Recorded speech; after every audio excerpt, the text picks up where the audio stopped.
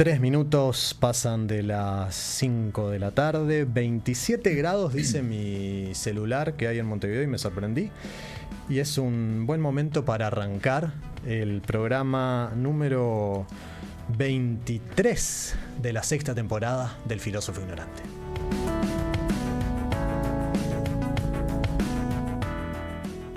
Hoy contamos con la presencia del inefable Gastón Pepe en controles. ¿Cómo estás, Gastón?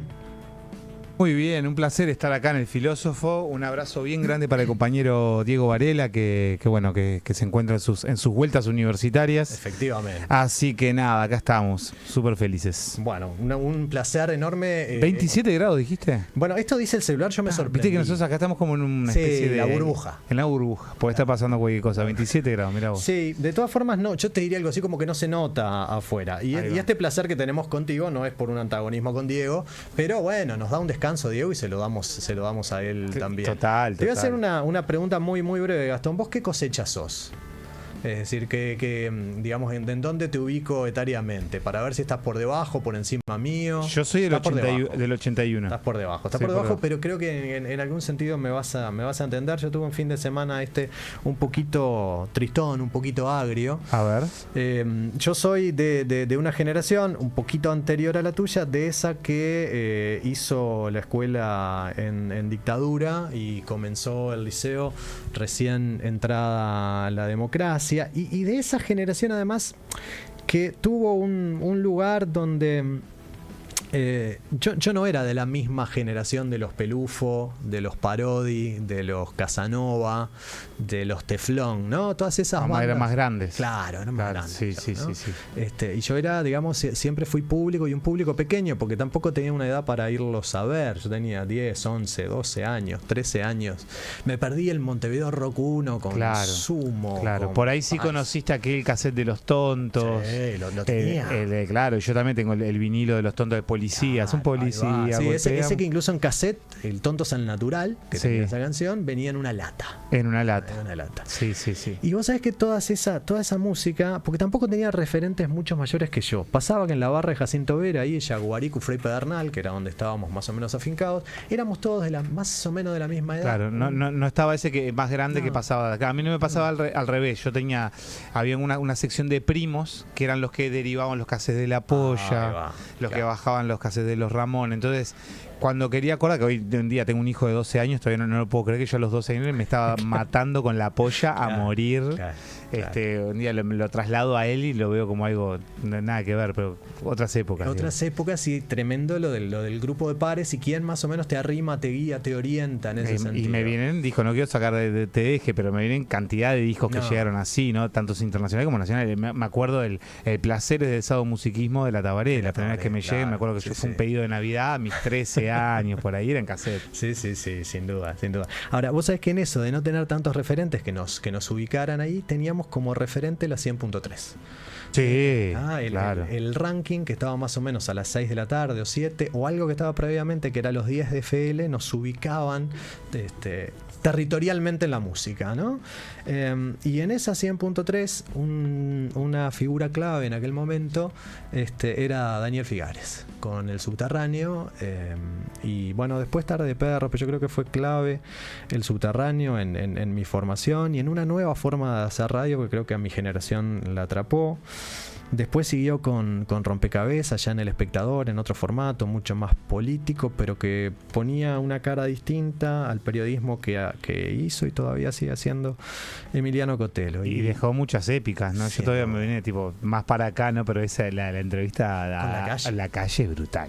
Es brutal. Sí. Esa entrevista en televisión que le costó porque bueno, hubo una llamada de La Calle a Canal 12 para que no se emitiera el programa se emitió por suerte, y creo que está a mano, creo que cualquiera de nosotros todavía lo puede ver. Sí, está en las plataformas, está. Ahí está. De hecho, sin ir más lejos, Sin TV lo tiene publicado, por ejemplo, esa entrevista. ¿No? Entonces, si tenemos estudiantes de la FIC escuchando, por favor vayan y véanlo, que es una clase de periodismo televisivo. Pero se le costó el laburo a Daniel, porque después el programa se lo bajaron y le costó también estar varios años fuera, iba a decir radiado de la radio, lo cual está muy mal. Está muy mal. Quedó fuera de la radio bastante tiempo. Y Y el hecho de que se haya ido, si bien no estaba microfoneando hace rato, a mí me dejó no lo quiero ser tan autorreferencial, pero me dejó un vacío grande porque te vas quedando sin referencias a veces. Y Daniel, que tuvo ese periplo de ser un tipo que se dedicaba más bien a lo artístico al principio, después a lo político, después estuvo muy enojado, no es el momento el de plantear diferencias, sino el de reconocer lo que sí hizo. Creo que nos deja un hueco en el sentido de que al menos para mi generación, hoy no encontramos algo así. Capaz que no tiene que haber algo así, no lo sé, pero no está. Y quería saludar a Daniel y no quería hacer eso que a veces se hace, ¿viste? De dejar unos segundos en silencio el micrófono. Y recordé, y lo hice mientras venía caminando, así que esto es por gentileza tuya, Gastón, que aparece. Recordé que en el video de esta canción, que vamos a escuchar un pedacito, Daniel Figares estaba allí entre los invitados y aplaudiendo y cantando este candombe de la aduana de níquel, y capaz que es una linda forma de recordar a Daniel Figares. Se van hombres con el viento, nada espera ni un momento. Los vapores de la aduana, la basura ciudadana, los pedazos de una noche, los amores, los reproches, y voy haciendo el camino de siempre. Se levanta el fantasma del viejo hospital, con ecos de la galera del puerto.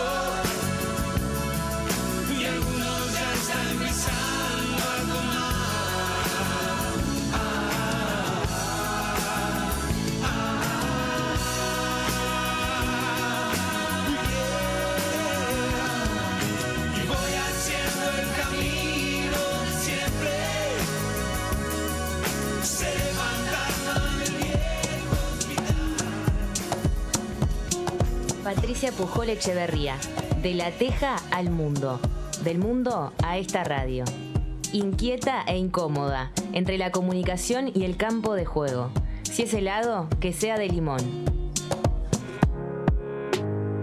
Marcelo Fernández Pavlovich. Dicen que llegó a ser doctor, pero no hace recetas ni diagnostica otra cosa que enfermedades sociales. Le gusta el dulce de leche, pero no aplica y no se saca la camiseta del San Pauli ni en las elecciones de horas.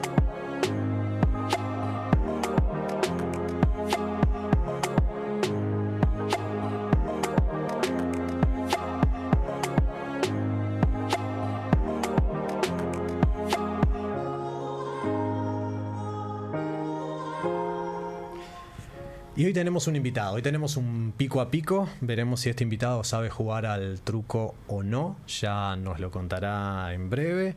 Un invitado que en cierto sentido es un poco difícil de presentar, porque yo le pregunté si lo presentaba como dibujante y me dijo que le quedaba un poco incómodo. Yo le diré dibujador, porque a mí me gustan mucho los dibujos que hace, pero al final transamos en que era un artista que tiene un sentido más amplio. Entonces a quien tenemos como invitado es un artista, un tipo que dibuja bárbaro, que es tacho, pero también tenemos a un profesor de historia egresado del IPA, que da clase en el Liceo de Sauce en educación pública, y también tiene clases en dos liceos privados de Montevideo. Pero el título no dice tacho, el título ese que firmaste alguna vez y que no sé si estará colgado o no, en realidad dice Manuel Portas. Así que esta tarde en este Filósofo Ignorante tenemos un pico a pico con tacho, con Manuel Portas, y le voy a pedir a Gastón que presentemos esta sección. En el truco de 6 hay dos fases. Hoy en el Filósofo Ignorante jugamos pico a pico.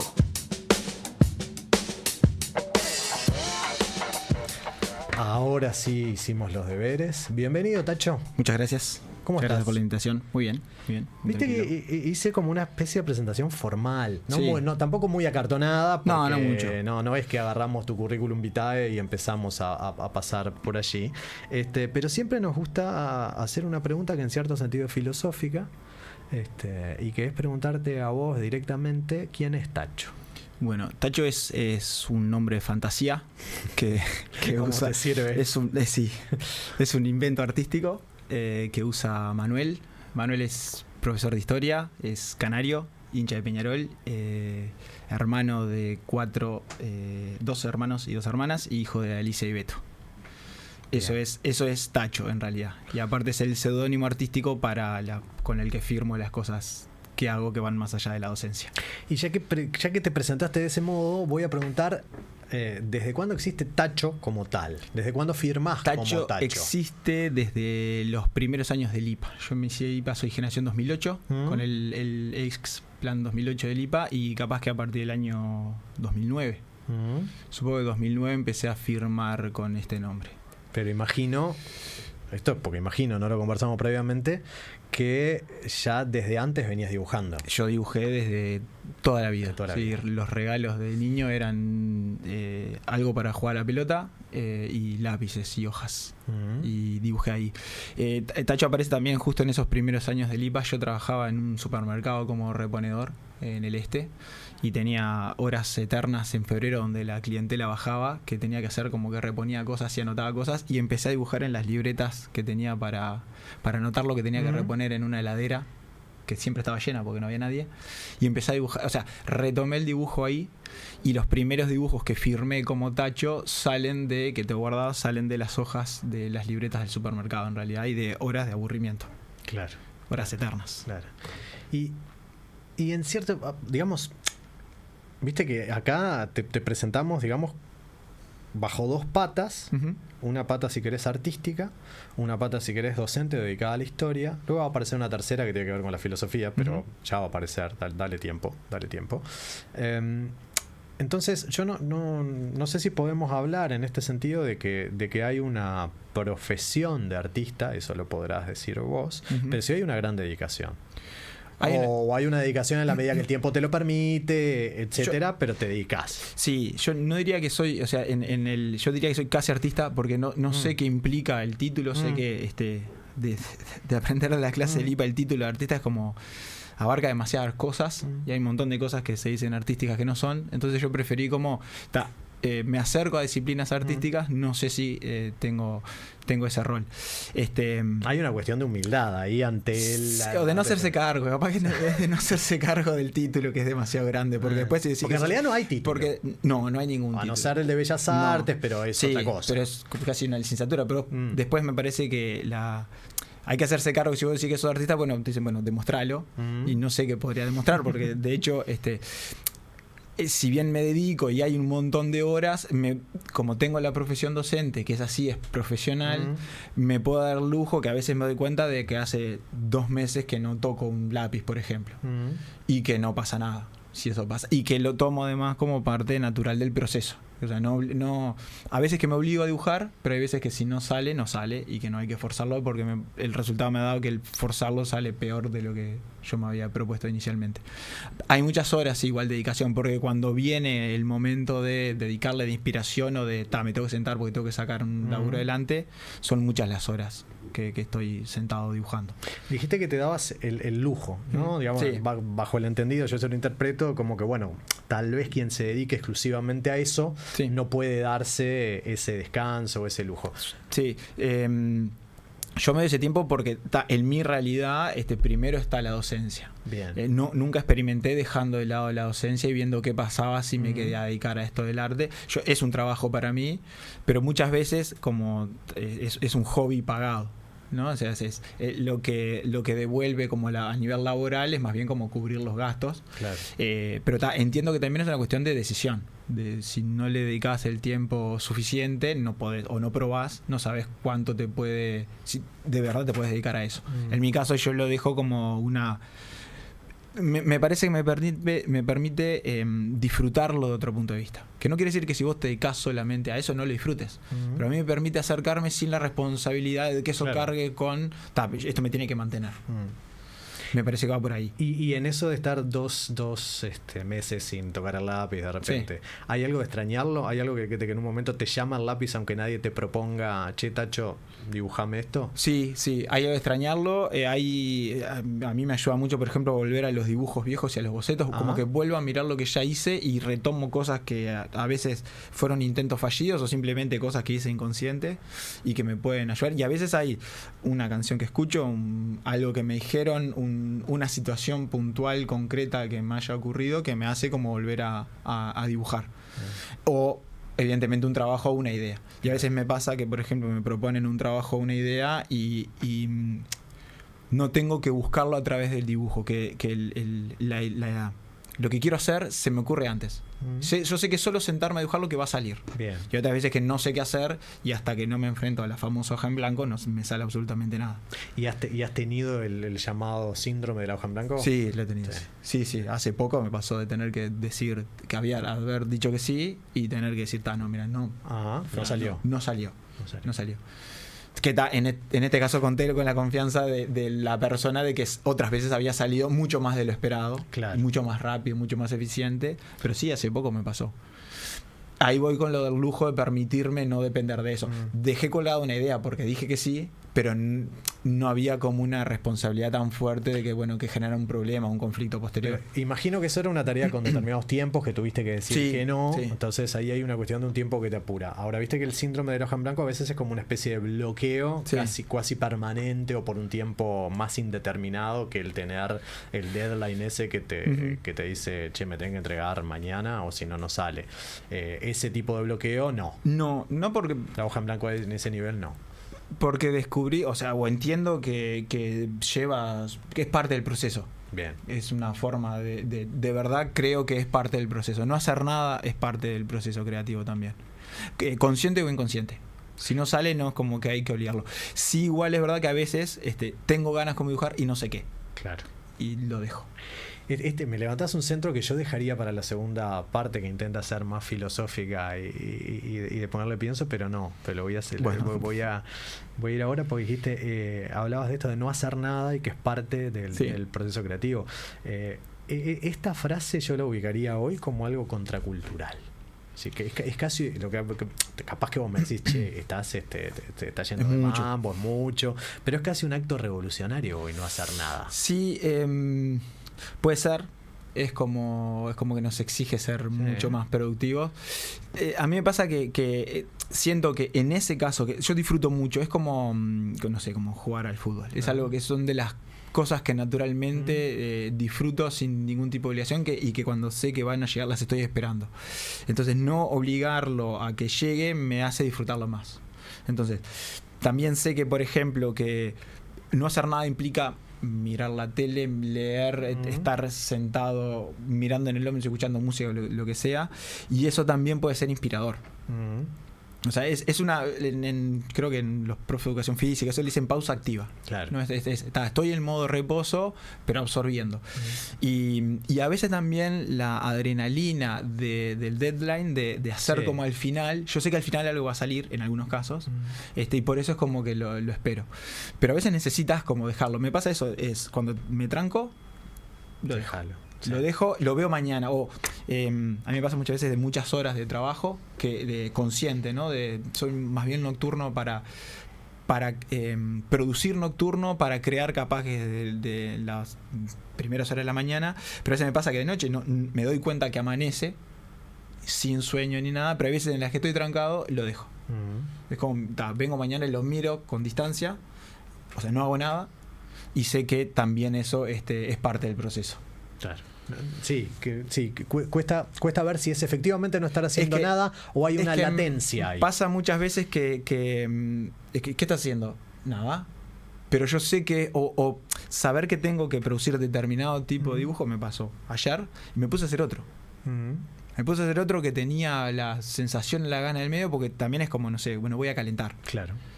para el otro necesito como más tiempo, sí trabajo, investigación, buscar imágenes, inspirarme, lo que sea. Y había otro que yo sabía que tenía que salir y lo hice ayer, sabiendo que el otro era como el importante porque es trabajo, por ejemplo. Hice el no importante antes que el importante. No dejé la urgencia, la dejé descansar y que voy a hacer este otro primero. Necesito hacerlo primero. Es como una sensación de necesidad, como para prepararme para el otro, pero no era fundamental. Claro. Es más, uno podría decir, estás perdiendo tiempo. Pero vos lo sentís parte del camino. Sí, yo me pensé que sí. Sí, o dejarlo, no, la adrenalina, no sé si por adrenalina, pero creo que al final termina saliendo mejor, o estirar más la parte de pensar. A veces me pasa eso, que no me sale el dibujo dibujando, sino pensándolo. Que tener como buscar la idea de algo que se me ocurre y después sentarme a dibujarlo, y necesito no hacer nada para eso. Claro. O depende de la sensación, decir, no, me tengo que sentar porque tengo la idea pronta y lo tengo que ejecutar. O sea que hubo un niño llamado Manuel, sí, que le regalaban cosas vinculadas al dibujo cuando era pequeño, y le regalaban cosas vinculadas al fútbol. Y así creció el Tacho artista. Ahora, con la historia, que es tu profesión de docente de historia, imagino que no fue algo tan inmediato. No. Nuevamente producto de imaginación, pero es más o menos como una vez pauta. ¿Cómo llegaste a la historia? A la historia llego por la curiosidad de niño. Creo que leía mucho más cuando era chico que ahora. Ajá. Era muy curioso, muy nerd, me sentaba, me acuerdo, teníamos en un pasillo en mi casa. Yo vivía en el campo con una familia, vivía con mis abuelos, con tíos, una casa muy grande. No lo mencionamos eso, ¿dónde vivías? Yo vivía en Canelones, cerca del límite con Maldonado, sobre el arroyo Solís, en una zona llamada Piedras de Afilar. Ajá. Y ahí era una casa muy grande, llena de primos, con mucha gente, y habían libros. Me acuerdo que habían libros y yo los revisaba también. Y ahí creo que apareció el gusto por leer y también por la historia, pero no pensando jamás en una profesión. Yo, hasta que no terminé el liceo, nunca vi el IPA como un destino o como una posibilidad. Mis padres fueron docentes los dos. Mi madre durante un tiempo, después se enfocó más en es ingeniera agrónoma, pero mi padre, hasta que se jubiló, fue docente de educación física. Entonces la parte de la educación estuvo muy presente, pero no, y la historia simplemente por la curiosidad, pero nunca lo había visto como vinculando las dos: la historia por el gusto de saber y la profesión de docente de historia. Yo a veces digo que, por ejemplo, a mí me gustaba mucho, que creo que hay una cosa que vincula las dos, que son las historietas, en este caso de Asterix. No soy gran lector de cómic, pero sí de Asterix, y que tenía las dos cosas: la cuestión del dibujo, la construcción, y la historia, de aprender cosas sin darte cuenta que estás aprendiendo de repente. Vos te estás divirtiendo, estás curioseando, una cuestión como muy infantil, muy lúdica, pero estás aprendiendo alguna cuestión. Yo creo que eso debe haber sido de los grandes disparadores. Y después estaba materia favorita en el liceo y esas cosas. No recuerdo haber estudiado nunca historia en el liceo. ¿No recordás haber estudiado en el sentido de que hasta sexto año, exámenes y esas cuestiones, esto yo lo sé. De insoportable, ¿no? Del que sabía las cosas antes de que las explicaran, de tener que callarme por una cuestión de sobrevivencia, ¿no? De decir, bueno, esto no lo voy a decir porque si no la clase me va a odiar. Y hasta que no salí del del liceo 10, yo terminé el liceo aquí en Montevideo. Ahí ya vivías en Montevideo. Yo me vine a hacer, yo hice sexto de arquitectura en las opciones viejas, ¿no? Sí. Antes, previo a la reforma, sí. el científico de arquitectura, pensando en algo de diseño o ilustración, una cuestión así, y después cambié a humanístico y derecho. ¿Y el cambio por qué se da? Sí, tuve serias dificultades con las matemáticas. Los números. Sí, disfrutaba muchísimo estudiarla, no salvaba los exámenes. Hay una matemática, me acuerdo, una matemática vieja llamada matemática B, creo que era geometría descriptiva, claro, que era el gran miedo de los que hacíamos quinto científico. Y creo también que eso yo ahora se los digo a los estudiantes, sobre todo los que están egresando del liceo, de cuando uno le dice, bueno, de que pierden un examen y sienten que fracasan. Entonces yo les hablo desde la experiencia de la derrota, decirle, mira, yo di muchas veces un examen y pensé que era un fracasado. Y en realidad era que había elegido mal de repente. Cuando logré cambiar, yo me vine a hacer sexto de arquitectura, mis padres ya trabajaban, mis hermanos ya estudiaban acá, entonces me vine a vivir con ellos, me vine un año antes, que los del interior en realidad no venimos a hacer una facultad, claro. Y cuando yo iba a volver a hacer humanístico y derecho, mis padres nunca me dijeron, entonces te tenés que volver para acá. Y seguí conviviendo con mis hermanos. Claro. Y cuando salí del IPA apareció la posibilidad. Historia siempre una materia que me había gustado mucho. Cuando saliste del liceo. Cuando salí del liceo, del liceo 10, apareció la oportunidad de, puedo hacer esto. Porque habían encontrado obviamente en las ciencias humanas, reencontrado en realidad porque siempre me había gustado, como algo más cercano a la vocación real que podría llegar a tener. Y en esa parte en realidad abandoné, salvo sexto de arquitectura, que tenía muchísimas horas de dibujo. En ese tiempo, cuando hice quinto de vuelta y sexto de vuelta y hasta el primer año del IPA, el dibujo no recuerdo haber dibujado en esa etapa, por ejemplo. Cero. Quedó aparte. Sí, totalmente. Estaba pensando que si hubieras elegido economía, sí, que estaba la opción, ¿no? Sí. De derecho a economía, ahí podías tener. Sí, hubiera sido un camino totalmente diferente porque no me hubiera tenido que venir a vivir con mis hermanos acá. Ahí está. Sí. Claro. Que era raro para mis compañeros porque, claro, yo estaba en sexto liceo viviendo solo, o con mis hermanos, ¿no? Sí, sí. Que tampoco tenías que autogestionar un montón de cosas. Sí, en realidad mis padres también venían muy seguido y estábamos muy cerca. Es una hora de viaje de Montevideo, no era que viniera del interior profundo. Pero bueno, sí, vivíamos con mis hermanos. Muy cerca de familia y todo eso, pero vivíamos solos. ¿Y cuando entraste al IPA ya te sentías de alguna manera docente? No, para nada. No, yo no entendía a mis compañeros cuando en las primeras charlas con los otros profes le preguntaban ¿y por qué están acá? Y le decían porque me encanta ser profe. Y yo decía, ¿cómo sabes? Si entramos hace una semana. Y tampoco, y en el primer año que en el plan, ahora no sé cómo es con el plan nuevo, pero en el plan viejo que teníamos como visitas a los liceos, uno supone que le va a gustar. Pero hasta que no te enfrentas, yo creo que te vas dando cuenta en realidad. Aquella materia que se llamaba observación y análisis de las instituciones educativas. Esa, que te vas visitando liceos, todavía estás muy cerca del liceo que vos dejaste, ¿no? Pero me parece que hasta te vas dando cuenta. ¿No? Yo no sé si hay un día en el que digo, me gusta esto. De hecho, hasta el día de hoy, hay días en los que me parece la profesión más maravillosa y hay días en que volvés derrotado. Que no querés saber nada y que dudás por qué elegiste eso. Pero me parece que te vas como construyendo como docente. Por lo menos eso me pasó a mí. Hasta capaz que los que a mí me fue muy bien en las primeras prácticas y ahí vas haciendo, tengo madera para esto. Yo creo que hasta las primeras prácticas uno no puede te das decir. tanta cuenta. No te das tanta cuenta. O sea, o en todo caso es más un imaginario que lo que con lo que realmente te vas a enfrentar después. Te puede gustar la historia, capaz que enseñaste alguna vez a un compañero o a alguien a estudiar, pero la docencia es otra cosa, es otra responsabilidad y te vas haciendo. Viste que te dije que había dos pilares en esto. Uno, el artista. Otro, el docente de historia. Después dije que había otro pilar que la dejaba para más adelante, que es la filosofía. Y efectivamente la voy a dejar para más adelante porque este es un momento en el cual hacemos una pequeña tanda y el programa se divide en dos. Y en esta primera parte te diría que fue algo como más biográfico y la segunda parte nos vamos a dedicar a otra cosa. Algo que no te pregunté, te lo pregunté, lo mencioné en la introducción, pero me interesa. Viste que esta sección se llama Pico a Pico, es un mano a mano. ¿Jugabas al truco vos? ¿Jugás al truco? Sé las reglas, soy espantoso jugando. Me implica un nivel de estrategia que no estoy dispuesto a soportar y entiendo cuando juegan, pero soy tan malo que prefiero observar nomás. Preferís observar. Sí. ¿Llegaste a jugar a 6? Llegué a jugar a 6. Me parece que el truco exige una parte de actuación. Sí. Que a mí los juegos que implican como la parte de actuación, que no es solamente ganar, no me salen mucho. Que implican como un rol y me tengo que poner como...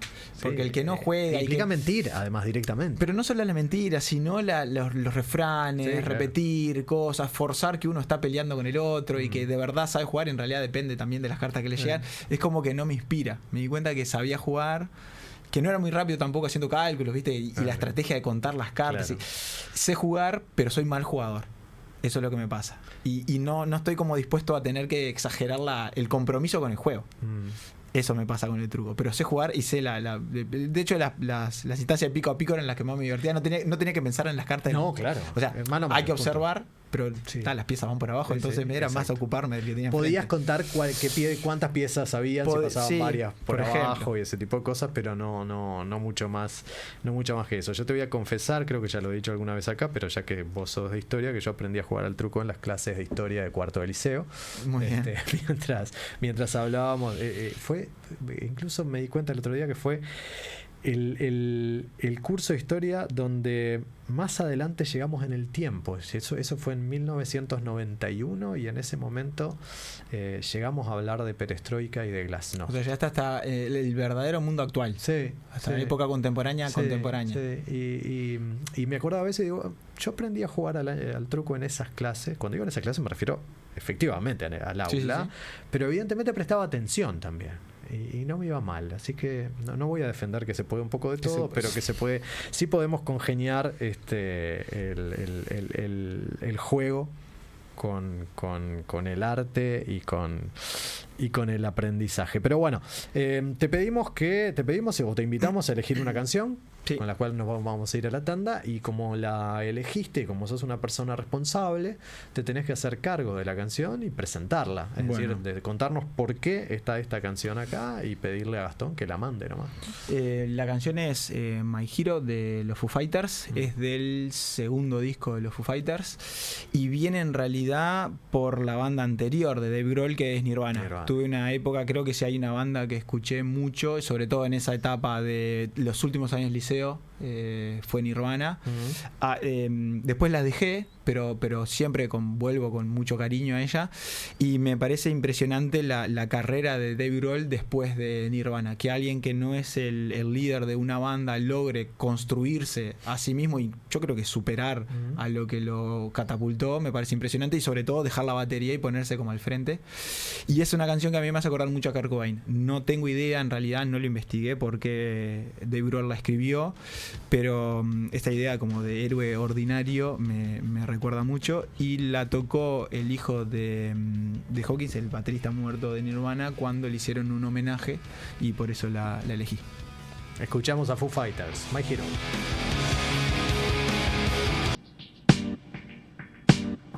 Seguimos en el Filósofo Ignorante, seguimos en este pico a pico con Tacho, seguimos en este pico a pico con quien es artista y con quien es docente de historia, y fuiste advertido, Tacho, de que esta segunda parte del programa tenía algo más de filosófico, y vos a su vez me hacías algunas advertencias ahora fuera del aire. Pero la primera pregunta es casi que muy sencilla, es la pregunta que en esos programas de preguntas y respuestas es por 2 mangos. ¿Ah? De calentamiento. Ahí está. No, ¿cómo te relacionaste con la filosofía en la etapa liceal, que es la etapa obligatoria, aquella que se ve en cuarto, quinto y sexto, por lo menos cuarto, quinto y sexto en nuestra vieja nomenclatura? Sumado a esto que te decía de niño nerd y joven también nerd, aunque era un poquito más vago de adolescente, lo disfrutaba mucho porque eran las materias que tenían la oportunidad como de debatir y de en base siempre a la cuestión como más teórica y de defender lo que uno está diciendo en base a los textos, la oportunidad como de debatir, y sobre todo pensando en esto en los últimos años de liceo, sobre todo en quinto y en sexto, que es donde hago también como un grupo de amigos que hasta ahora, esos grupos de amigos que se extienden de los debates y discusiones en los liceos, que se extienden ahora a de repente el mate o la cerveza, mantenemos como esa misma estructura de discusiones que en un momento decimos, che, están cerrando, hay que irse. No son muchas veces, la verdad que no lo ejercemos tan asiduamente, pero me he dado cuenta que mantenemos esos 4 o 5 amigotes, esa cuestión que teníamos en el liceo también, y lo disfrutaba mucho ahí. No recuerdo mucho de qué cosas daban ni las caras de los docentes, pero iba por ese lado. No sé nada de filosofía, pero recuerdo la materia con mucho cariño. Bien. La oportunidad como de discutir. Bien, la filosofía como la apertura a la discusión, y una discusión que en esto que vos mencionás, que es una discusión con amigos y que de alguna manera incluso te lleva a un lugar del cual los tienen que echar porque está cerrando, y ustedes siguen discutiendo, es una discusión que en sí misma tiene sentido, tal vez no por el final, sino por el disfrutar del propio camino. Ahora, la cuestión se pone filosófica también cuando yo de repente puedo preguntarte, no sé si preferís ir primero por el arte o primero por la historia, pero te lo voy a preguntar elijo yo. Bueno, voy a mantener el orden con el cual arranqué, que es arrancar por el arte. Una vieja pregunta de la estética como rama de la filosofía es qué es la belleza y qué es el arte. ¿No? No te voy a hacer esa. Si vos querés la responder, es una pregunta muy, muy densa, pero sí a mí me interesa la pregunta por la pregunta del artista, ¿no? Esto de hay un sentido en el arte que esa persona ejecuta. yo te lo voy a decir de esta manera. Vos no querías mucho el título de artista. Para mí lo que vos haces es arte. Lo digo yo, me hago cargo. No precisás defenderte ni haces ejercicios de hacerte cargo de eso. De eso me hago cargo yo. Entonces, digamos, ese es el piso del cual yo parto. Entonces vos eso lo haces, y digamos que hay determinadas formas artísticas o estilos más abstractos que otros muchas veces. Se han desarrollado vanguardias que han planteado manifiestos en su momento, y también podría suceder que alguien ejerciera el arte en tanto necesidad y punto, ¿no? Y en el caso de Tacho, ¿por qué? ¿Hay un sentido detrás de sus dibujos, de su arte? No sé si definido. No me ponga. Dibujo porque me gusta. Dibujo porque siento que es una necesidad que se transforma casi en una necesidad física de necesitar ejecutar, agarrar el lápiz o pintar o el pincel o lo que sea. Necesidad de decir algo. Yo creo que tiene que ver mucho con el ego. Muchísimo. Ajá. Porque ¿cómo es eso? Me parece que es un ejercicio súper solitario, pero que yo no dejo de hacer sin pensar cómo va a ser recibido. Tanto si yo sé que va a incomodar, si va a interesar. A mí me gusta que me digan que está bueno el dibujo, y me gusta que si sé que a alguien no le va a incomodar, que le incomode. Claro. Sobre todo, yo no dibujo para que la gente le guste, pero me gusta que lo que hago le guste a la gente. Claro. Y me parece que el ego entra en juego. Si no, yo no lo mostraría nada. Me parece que tiene también algo como una cuestión como de científico, de acumulación. O sea, de vos creás algo y lo aportás, y eso después es superado o contribuye a generar otro tipo de creaciones después. Yo lo hago por necesidad, necesito decir cosas y prefiero decirlas a través de un dibujo, que puede tener texto, que puede ser más abstracto, con color, sin color, depende de lo que uno quiera decir y el medio en que lo quiera decir, pero es como ganas de decir, sobre todo. Pero me parece que el ego es importantísimo. Pero hay un mensaje. En esto de que hay ganas de decir, sí. Vos estás mandando mensajes que llegarán bien, mal, regular. Estás mandando mensajes. Y de hecho, al menos parte de los dibujos, o de los dibujos tuyos que yo vi, yo creo que yo le puse de título a este programa Arte, Historia y Derechos Humanos. Porque entiendo que parte de tu arte está vinculado directamente con los derechos humanos. De hecho, has participado directamente de la movida del 20 de mayo, llevada adelante por familiares. Y hay ahí un mensaje que se aloja y se extiende en la base de los derechos humanos. También entiendo que tal vez más lateralmente hay un vínculo con la historia. Sí. Y te voy a poner 2 ejemplos.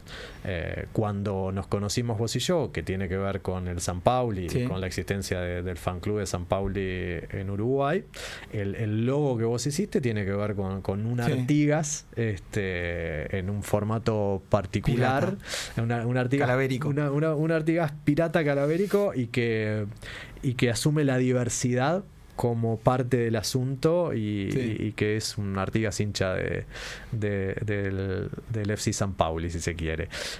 Pero también, por ejemplo, yo creo que esto fue más que nada vinculado al último mundial. Te pusiste a dibujar jugadores, pero no los jugadores que iban a ser protagonistas de ese mundial, sino allí hubo un acumulado histórico de aquellos jugadores que por alguna razón que yo vi jugar y que no vi jugar, pero que yo creo que ahí es un acumulado también, y de esta cuestión como de nerd. Yo, por ejemplo, a Lev Yassin no lo vi atajar, a Bora Minutinovic de rebote lo debo haber visto dirigiendo algo, pero sabían que son personajes como importantes. Me parece que hay algo lúdico en lo que yo hago, en el tipo de dibujo. No diría que es humor, yo no sé hacer humor, aunque me gusta jugar con la idea de que yo siento que los personajes o los dibujos y las ilustraciones que hago son como son débiles por algún lado, son como Son personajes que no son lindos, que tienen alguna nariz exagerada o los gestos exagerados. O débiles me refiero a que no son... Uno se puede burlar de los dibujos. Que algunos son... me han dicho, ¿y este es hombre o mujer? No sé. No importa, no sé. No es que defienda que tenga que ser así, pero no me importa, en algunos casos no me importa que tengan género, por ejemplo. Son como caricaturescos también. Y sobre todo me parece que es como esa cuestión como de intentar... Son divertidos, creo yo, o me intento divertir cuando los dibujo, y sí tienen algo eso de como, aparte en esa cuestión de como de la exageración del color, los múltiples colores que utilizo, la cuestión como de la diversidad. Después la rama más vinculada a la posibilidad de trabajar con familiares viene posteriormente. Viene a raíz de una cosa que yo tuve la necesidad o las ganas de hacer, que se difunde mucho en redes, que es el formato en el que yo más, o sea, de dibujo digital, no es lo único que hago, pero dibujo digital, y que se difunde a través de redes, y a partir de ahí llega como el contacto y la posibilidad y la invitación a colaborar más de forma directa con familiares en alguna oportunidad. Pero también más allá del trabajo directo con familiares que tiene que ver con derechos humanos, hay otros dibujos tuyos que tienen que ver con derechos humanos, y recuerdo, por ejemplo, yo lo pongo de este modo, el homenaje a Eric Cantona, cuando vamos a contarlo porque no todo el mundo de repente lo recuerda, cuando sale de la cancha y le pega una patada casi maravillosa patada que todos recordamos con mucho cariño a un fascista que estaba en la tribuna. Bueno, ahí tenemos otro ejemplo de que yo llego a ese evento canónico a través de la historia, no lo vi. Claro. O sea, si bien yo no llegué a la parte de si bien llegué a ver las transmisiones en televisión abierta del fútbol inglés, creo que acá en el 4 las pasaba, nunca llegué a ver esa patada en vivo. Claro. Pero me parecía fundamental.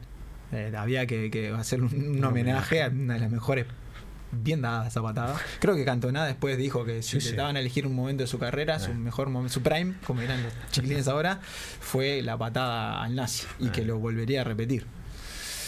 Sí, es verdad, tiene algo como eso, de intentar resaltar algunos momentos, me parece canónico el momento de la patada de Cantona. Y en ese sentido, ¿no? En este vínculo de arte con la historia, arte con derechos humanos, ¿no está el docente también? No juega un partido ahí, no juega parte de... Juega porque me gusta la parte de la investigación. De por ejemplo, para la búsqueda de los jugadores de la elección, por ejemplo, que fue una selección random que me dio por dibujar, que ahí también fue como un impulso. Una noche hice 6 o 7 jugadores que me salieron, yo no diría que sé hacer caricaturas, y sin embargo me salieron perfectas caricaturas de los jugadores. Yo ya decía, después no puedo mentir claro. Porque a veces que te piden un dibujo, yo no sé hacer una caricatura, y sin embargo me acuerdo de dibujar a Roberto Baggio y digo, es Roberto Baggio. Claro. Y no tenía colores, no estaba vestido de Italia ni nada, pero tenía la coleta, los rulos, es Baggio. Y buscar la historia del jugador, o no sé, dibujar a Jorge Campos y toda la historia vinculada a este arquero lleno de colores, que no se ponía a la 1 y se ponía a la 9, y que a veces jugaba en la cancha. Ahí creo que hay como una parte de investigación, y me gusta la idea porque sé que ocurre también de que el acceso a las redes permite que, por ejemplo, que capaz que tiene ahí como la pata docente, que alguien diga, mira, yo esto no lo sabía. No me gusta mucho como la bajada de línea, como para vos que ignorás, te cuento que vayas a leer tal cosa, que a veces me aparece eso en las redes, y a mí es como me sacan las ganas de ir a ver lo que me invitan a ver. Claro. Pero de repente eso de poner algo que a mí me gusta a es través una invitación. de un dibujo, yo creo que sí, que hay como una cuestión de decir, bueno, ¿quién es este? ¿Por qué? ¿Quién fue Jorge Campos, que yo no lo vi jugar, o alguna cuestión así? Y que invite como capaz que investigar o a revisar o a dar una búsqueda rápida en Google. Yo creo que ahí hay algo de esencia en la parte de investigación, y en la parte de decir, bueno, vos de repente que no sabes qué es esto, capaz que dispara algo que te da por buscar, que me parece que la parte de la curiosidad, que es una cosa re difícil de buscar. Es más, yo creo que dando clase la genero involuntariamente, más que cuando quiero que alguien busque algo, no busca nadie nada, y de repente me encuentro algo que dije, y aparece, no sé, en la clase lo están buscando, o vuelven a preguntar sobre lo que uno dijo al pasar, por ejemplo. Y en estos vínculos entre la docencia y el arte, ¿lo aprovechás esto en el aula? Intento. Donde me lleve donde tenga tiempo, intento. Lo llevo sobre todo.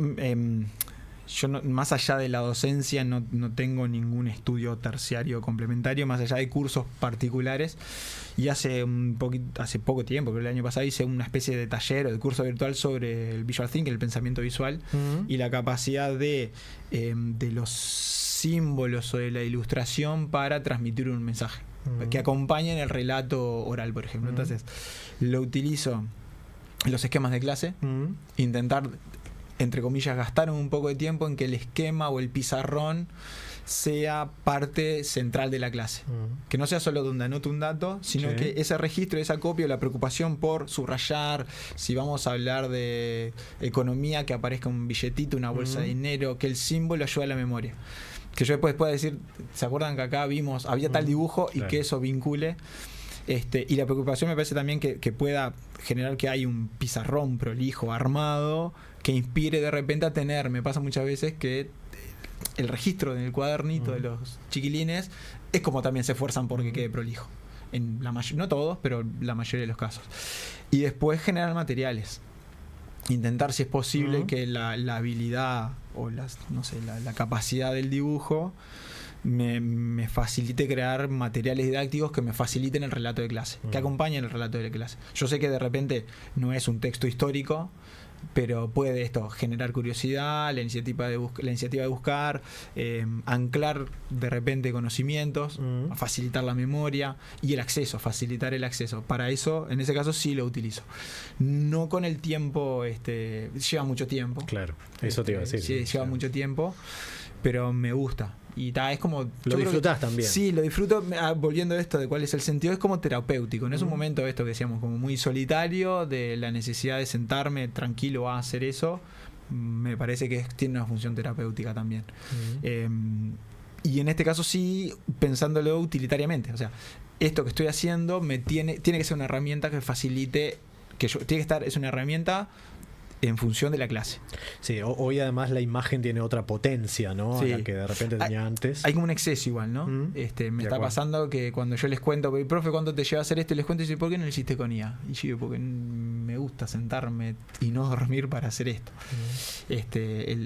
Yo disfruto el hecho de hacerlo. ¿Qué te pasa con la IA hoy? ¿Qué sentís? Soy un viejo, aburrido, negacionista. No la disfruto para nada. Me pasa, creo que sobre todo en el uso de las imágenes, yo sé que hay diferentes visiones de esto, y por ejemplo, pensando en estas discusiones con amigos, una de las últimas discusiones viene en torno a esto porque está como muy presente. Y me pasan como varias cosas. Me pasa, por ejemplo, en el orden que vos pusiste a nivel artístico, me pasa que lo dejo ir. Si muere no sé, tengo que hacer un dibujo para un sticker, para algo, si eso no me lo piden más, no me lo pedirán más. Buscaré otra cosa. Yo dibujando voy a seguir dibujando porque es algo que me gusta hacer a mí. Y si a la gente no le gusta, veré, pero me gusta hacerlo a mí. Y me parece que con la IA nos saltamos el hecho de hacer. Es como que importa más el dibujo que el dibujar. Y a mí lo que me gusta es dibujar. Claro. Si yo no dibujo, no llego si yo no paso por el proceso de dibujar, no llego al dibujo. Y me parece que le hace salta el proceso de dibujar y te da un dibujo. Me haces acordar a algo que dijo Dolina alguna vez, que la gente ya no quería escribir. No quiere leer, desea haber leído. Exacto. Eso creo que es lo que dice Dolina. Y me pasa eso. Y después, yo me parece una gran herramienta si te facilita por ejemplo, una falta técnica. Por ejemplo, yo quiero, a veces, en esta de acompañar las clases, grabo un audio. Y yo no tengo un estudio de grabación. Y sé que con la IA puedo generar que el audio lo puedo mejorar, que parece grabado. Entonces, ahí sí. Pero el texto me gusta escribirlo a mí. Me gusta que tenga mis errores y sobre todo me gusta ver cómo yo mejoro lo que escribo a partir del error.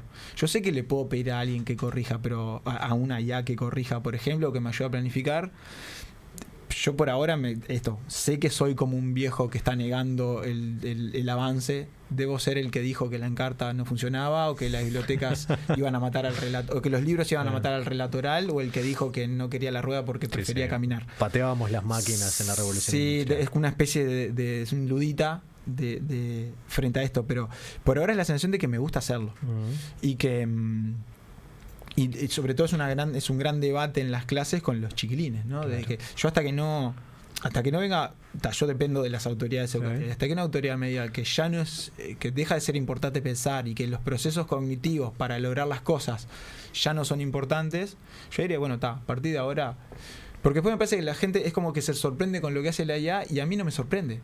O sea, desde el primer momento que apareció, me acuerdo un video de Will Smith que era comiendo tallarines, que era una cosa muy, muy grosera, que era esto lo hicieron con IA, era obvio todo lo que iba a venir después. Claro.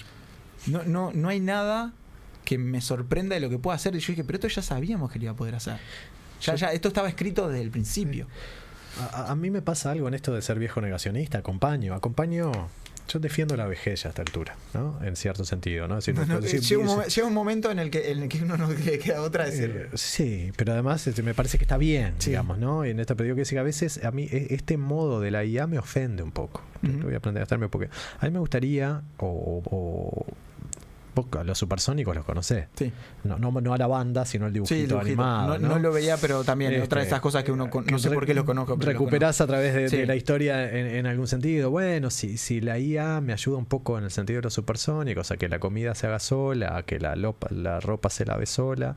Y otro día discutimos y me decía, no, bueno, ya tenés el lavarropa. No, el lavarropa me hace una parte del proceso. En todo caso, me gustaría que la IA, yo dejo la ropa tirada en la cama. Pero cognitivamente lavar la ropa no te aporta nada. Por eso mismo. Pero esa IA hoy no existe, y cuando exista me lo van a cobrar $30,000 capaz. La que me ofrecen gratis es la que suspende mis procesos cognitivos y creativos. Esa es la que defiendo y que me cuesta mucho defender en las clases, ¿no? Porque en realidad yo no encuentro, por lo menos ahora, sobre todo ahora pensando más como a nivel político, que desde las autoridades de la educación están intentando. Sí. Yo siento primero que hay como una obligación de como esto es lo nuevo, por lo tanto hay que adaptarse, que yo creo que habría que discutirlo mucho más. Y que después me parece que yo cuando veo todas los ejemplos de para qué se usan, siento que es decir, pero estamos usando solamente porque es nuevo. Y lo estamos usando yo siento que lo estamos usando por el miedo a quedar por fuera de algo que no sé qué es que vas a quedar por fuera, porque tampoco, y acá es real capaz que lo voy a plantear, pero tampoco es bueno, si desaparecen empleos, desaparecerán empleos, pero no quiero obligar que esto, porque sea nuevo, lo tenga que usar. Y que en todos los procesos es como no, yo doy la clase, trabajamos tal tema y después le pido que a través de la idea los chiquilines recreen cómo sería una pirámide y después la discutimos. Digo, la clase tuya podría haber sido una IA. La discusión podría haber sido una IA. Todos los pasos. ¿Por qué si la clase tiene todo el proceso de preparar la clase hasta ejecutarla hasta la evaluación final tiene 10 pasos, estoy inventando? ¿Por qué vos elegís un paso para cumplir? Porque todos los otros 10 pasos lo puede hacer. Porque yo le digo a los chiquilines, y esto no es como cerrado, yo digo que lo niego, pero me interesa como la discusión. Sí. Que es que cualquier cosa, no hay nada que yo pido en una clase que no me lo puedan devolver hecho por ella. Pero que la gracia, mientras ese sea el objetivo, porque es el objetivo inicial, sea que uno piense, yo lo que quiero corregir, lo que quiero corregir, lo que eso ya hace, y que el valor docente es poder devolverle humanamente una devolución del trabajo que está haciendo, con los errores que incluso el propio docente pueda tener en su visión.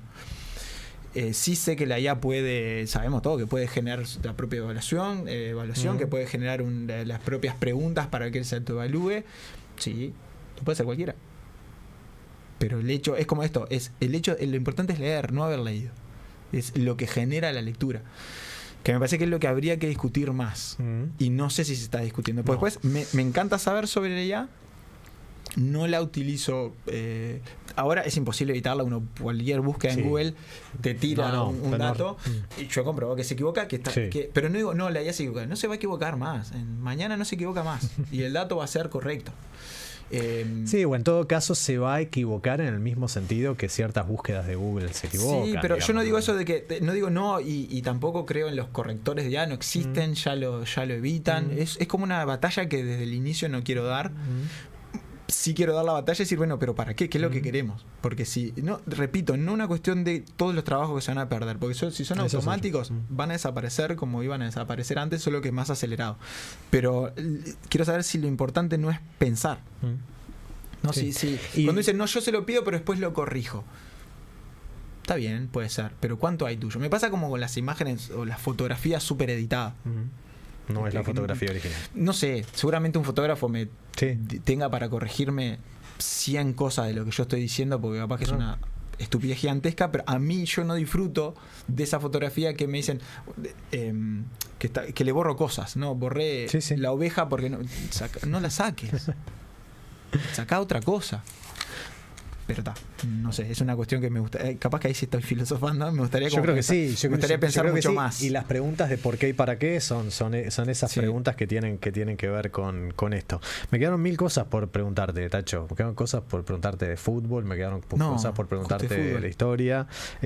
Pero bueno, el tiempo acá en televisión es tirano. Sin que esto, vos podrías decirme esto no es televisión, pero sí, porque estamos saliendo, ya es casi televisión. Esa es otra discusión que podríamos tener. ¿Qué ha pasado con la radio y por qué hoy en este momento nos están viendo a pesar de ser radio? Somos todo televisión, ¿viste? Te ha pasado eso. Yo te agradezco este tiempo, pienso, esta presencia acá en El Filósofo Ignorante, en Uniradio. Fue un gran placer para mí y nos vamos a ir con una canción que a vos te va a parecer capaz que no tiene nada que ver con nada, y un poco así la cosa es una canción de Divididos que está en su primer disco, que en realidad esta es una versión en vivo porque me gusta más, simplemente reivindicando nada más que cierto criterio estético, pero que una canción que termina dando nombre al primer disco de Divididos, y yo creo que tiene que ver con la charla que de hoy, tiene que ver con lo que vos haces, porque aquel primer disco se llama 40 dibujos ahí en el piso, y esta canción que se llama Haciendo Cosas Raras dice que los muchachos ya se abrazan para no morir de frío, hacen 40 dibujos ahí en el piso. Temazo.